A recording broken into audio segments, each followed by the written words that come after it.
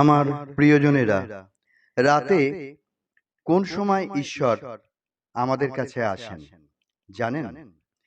এই বিষয়ে আমাদের একটা সম্যক ধারণা না থাকলেও এটুকু ধারণা করে নেবেন, আপনি সারাদিন যত কাজ করছেন, যাই করুন না কেন, সংসারের, অফিসের, ব্যবসার, আপনার এই সমস্ত কাজের মধ্যে শক্তি হয়ে, বুদ্ধি হয়ে ঈশ্বর সর্বদাই আপনার সঙ্গে থাকেন। রোজ সন্ধ্যায় করতালি দিয়ে ঠাকুরের নাম করলে কি হয় জানেন? এই হয় ঠাকুরের সান্নিধ্য, তার সান্নিধ্য লাভ আমরা করতে পারি এবং আমাদের এই যে ফল, সুকর্মের ফল, দুষ্কর্মের ফল, সবই কিন্তু তার হৃদয়ে স্পন্দিত হয়। ঈশ্বর তার বিচার করেন। এই যে কথাটা আমরা বলি, আমার প্রিয়জনেরা, কথাটা সম্পূর্ণ ভ্রান্ত এবং ভুল। ঈশ্বর কারোর বিচার করেন না। আমরা আমাদের কর্মফলের ভোগ করি মাত্র। এখানে ভালো কর্ম করলে ভালো ফল, যেমন সন্ধ্যাবেলায় আমরা করতালি দিয়ে ঈশ্বরের নাম করছি, এটা ভালো, এটা ভালো কাজ করছি, ঈশ্বরের আরাধনা করছি, ঈশ্বরের হৃদয় স্পন্দিত হচ্ছে, তার যে একটা আশীর্বাদ, আমাদের সুফল লাভ হচ্ছে। হয়তো একটা কঠিন ব্যাধিতে আমি আক্রান্ত হয়ে পড়েছি, সেটা আমি যে এই সন্ধ্যাবেলায় কাজটা করছি তার দরুন একটা অত্যন্ত সুফল আমি লাভ করছি। দেখা গেল শুধু ঈশ্বরের নাম করে যে ওষুধ আমি খাচ্ছি, ঈশ্বরের নাম করে দেখা গেল অনেক দিনেও যা নিরাময় হয়নি, অথচ খুব তাড়াতাড়ি যেন নিরাময় হয়ে গেল। আমি উদাহরণ দিয়ে বললাম যে আমরা ঈশ্বরের নাম করলে কি হয়। এবারে আসছি যে কথাটা দিয়ে শুরু করলাম, রাতে কোন সময় ঈশ্বর আপনার কাছে আসেন? কিন্তু রাতে কেন? ঈশ্বর কি আমাদের সঙ্গে থাকেন না? হ্যাঁ প্রিয়জনেরা, ঈশ্বর সর্বদাই আমাদের সঙ্গে থাকেন, কিন্তু আমরা তার দিকে মনটাকে ফোকাস করি না বলে আমরা বুঝতে পারি না।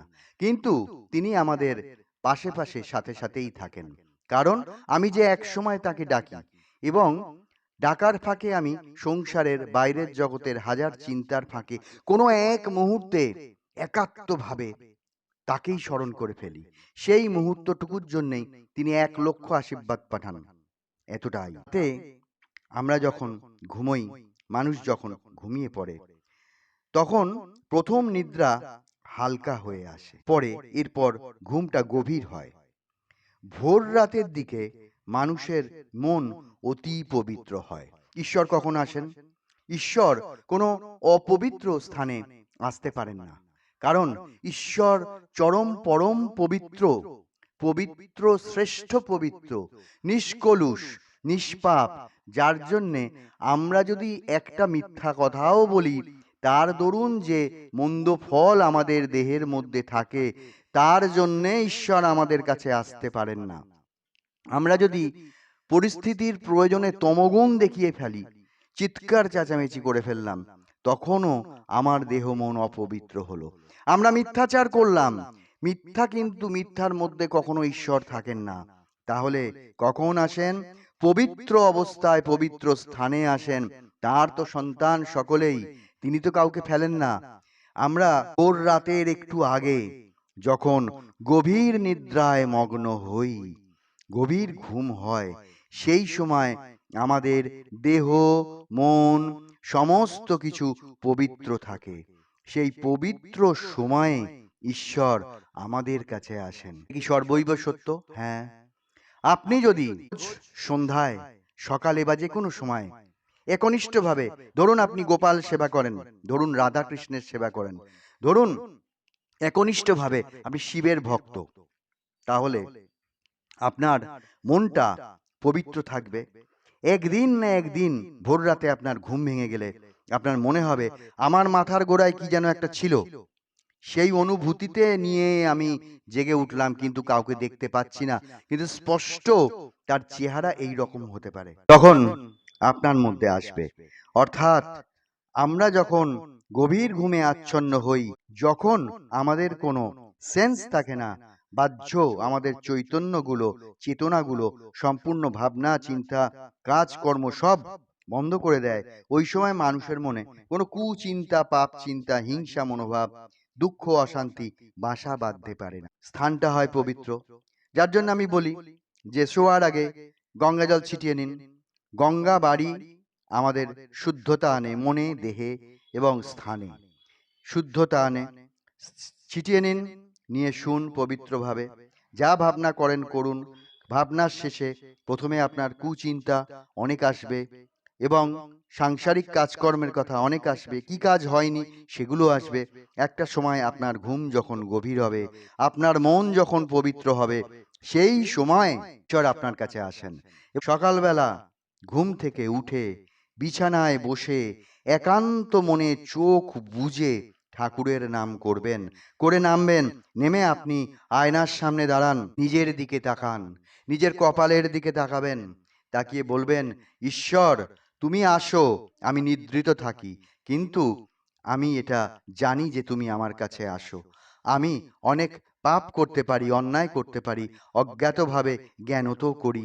তা তুমি আমার এই সমস্ত দূর করে দাও। আমার মনটা তুমি এমন করো যাতে সর্বদাই তুমি আমার সঙ্গে আছো, এই অনুভূতি জাগে, এবং আমাকে উন্নতি দাও। এক জন্মে এসেছি, আমি যেমন তেমন করে তোমাকে যেন লাভ করে যেতে পারি। পবিত্রতা স্বরূপিণী যে মা শারদাকে বলা হয়েছে গানে স্তবে, সেই রকম যে রামকৃষ্ণদেব কতটা পবিত্র ছিলেন আমাদের কোনো ধারণা আছে? যে একদিন তার এক সন্ন্যাসী সন্তান মজা করেছেন বন্ধুদের সঙ্গে বাগবাজারের কোনো এক স্থানে, তিনি যখন দক্ষিণেশ্বরে ঠাকুর রামকৃষ্ণদেবের সামনে এসেছেন, রামকৃষ্ণদেব তার দিকে তাকাতে পারছেন না। বলছেন যে, হারে, তোর দিকে আমি তাকাতে পারছি না কেন? কেন আমি তাকাতে পারছি না? আমি যতবার তাকাচ্ছি ততবারই গায়ে যেন শিহরণ লাগছে। তোর দিকে আমি তাকাতে পারছি না কেন? আমার প্রিয়জনেরা, এর উত্তর কি জানেন? যিনি ওই বন্ধুদের সঙ্গে, পরিচিতদের সঙ্গে একটা গল্পের ছলে যেটা ঘটেনি সেটা, ওই অমুক আসছে, আদৌ সে হয়তো আসছে না, এইটাই হয়ে গেল মিথ্যা। এই মিথ্যার দরুন যে পাপ কর্ম তার সঞ্চিত হয়েছে তার দেহে মনে, সেইটা সংস্পর্শে আসা মাত্র পবিত্রতম পবিত্র শ্রী রামকৃষ্ণদেব ওইটুকু মিথ্যার দরুন যে অন্যায়, যে পাপ, মন্দ কাজ, সেইটা ঘটেছে ওই দেহের মধ্যে, তাই তাকাতে পারছেন না।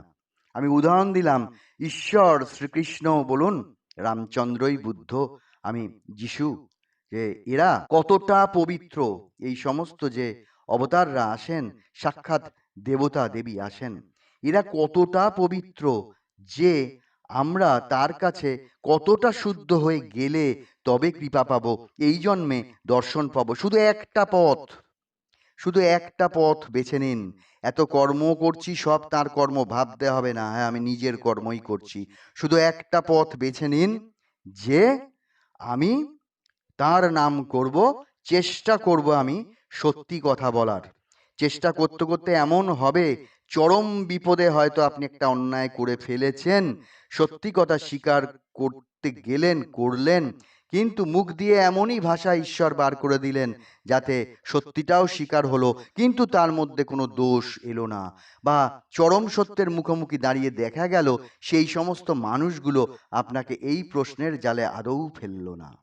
সেই জন্যে একটাই কাজ করুন, সমস্ত কিছু অন্যায় পাপ যা করেছেন তার কাছে রোজ সময় মতো বসে হরিনাম করুন, কৃষ্ণ নাম, রাধা নাম, গোপাল নাম বা শিব নাম, কালী নাম, যাই করবেন, আন্তরিকভাবে ডুবে যান। 10, 15, 20, আধ ঘন্টা যা হোক করুন, বলবেন যে আমার যত অন্যায় তুমি ক্ষমা করে দাও, আর এটা করে দাও, এই জন্মেই যেন আমি তোমার দর্শন লাভ করে যেতে পারি। ধন্যবাদ, নমস্কার।